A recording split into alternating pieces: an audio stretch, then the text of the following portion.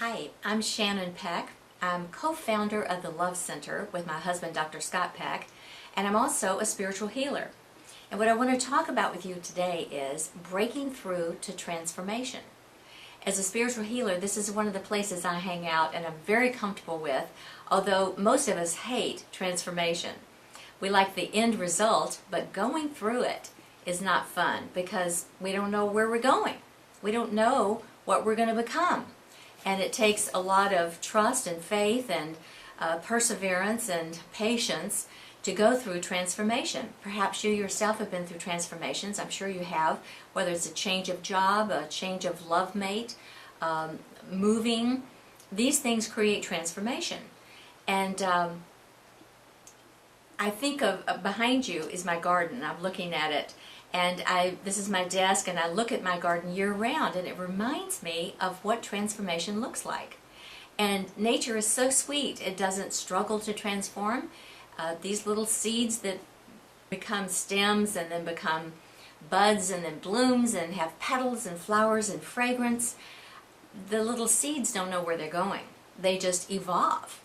And with proper amount of water and fertilizer and a little bit of sunlight, it just keeps evolving and changing.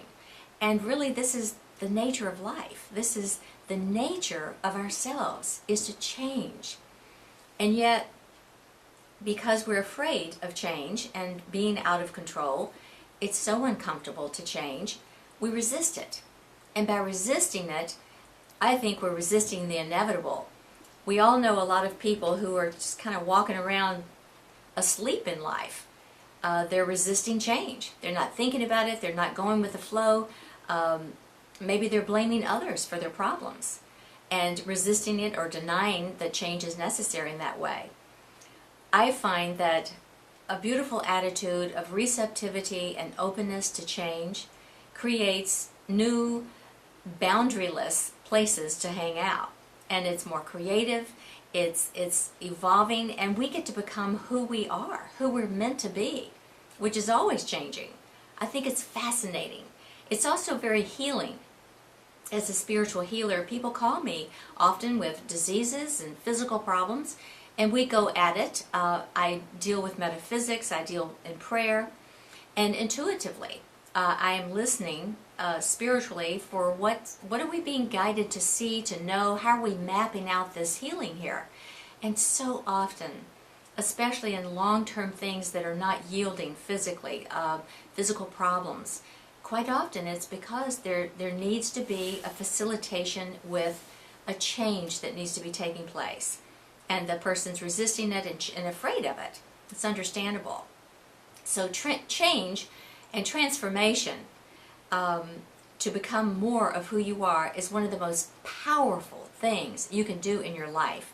And it continually answers the question, who am I and what am I doing here? And to me, it gives tremendous meaning to life and lets you be a true observer of the bigness of life and how fascinating and creative life is, and how fascinating and creative we are as evolving light beings. The sky's the limit, and it's powerful for healing. So Scotty, what do you have to share about transformation?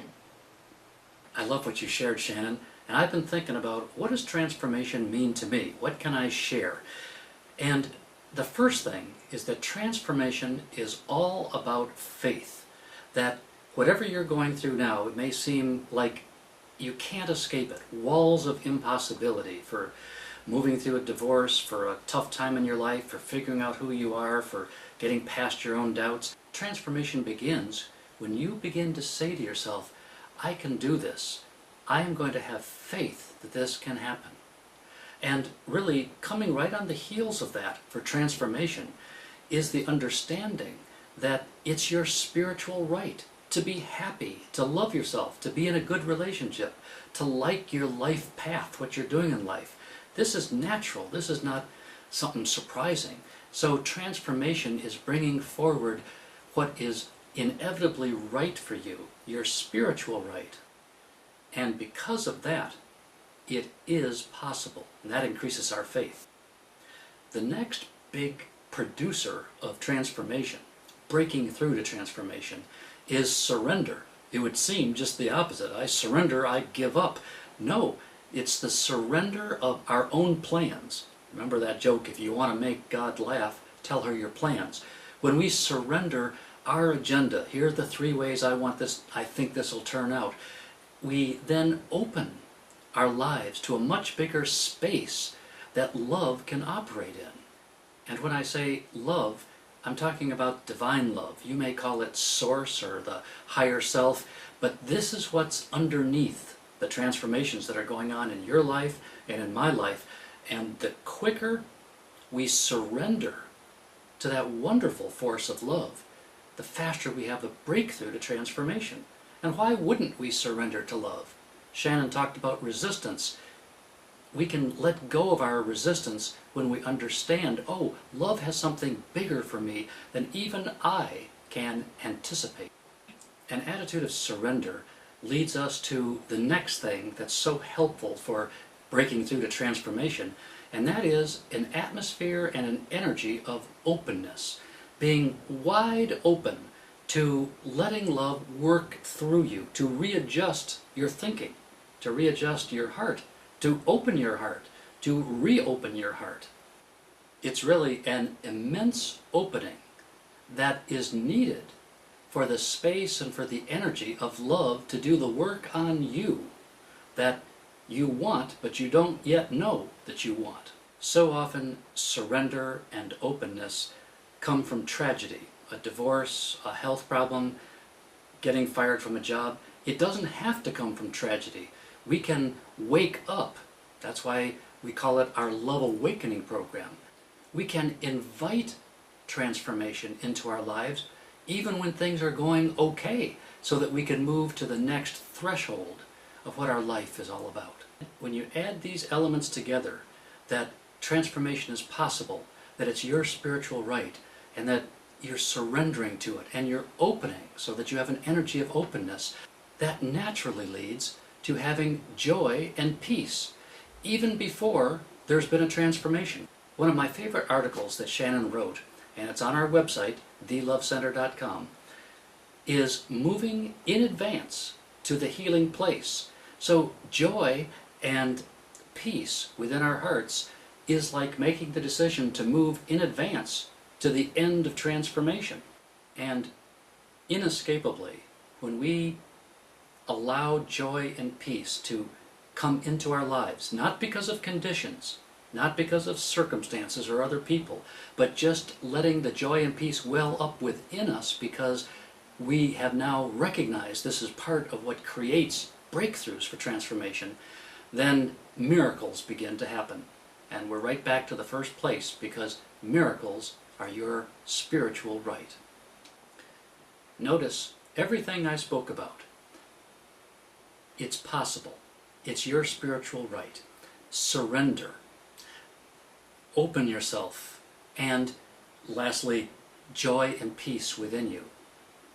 These are all internal things. They're not dependent on any other person. So you could be in the middle of a divorce or working with other people that you don't like. You don't need them involved in order to have transformation. You can do these things by yourself, which is what makes them so powerful.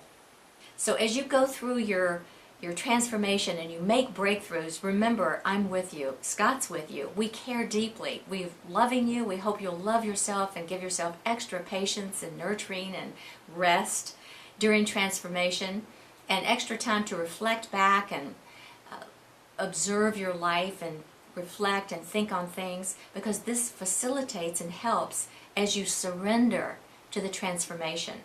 We send all our blessings, we send our love, and stay in touch with us as you transform. We're with you.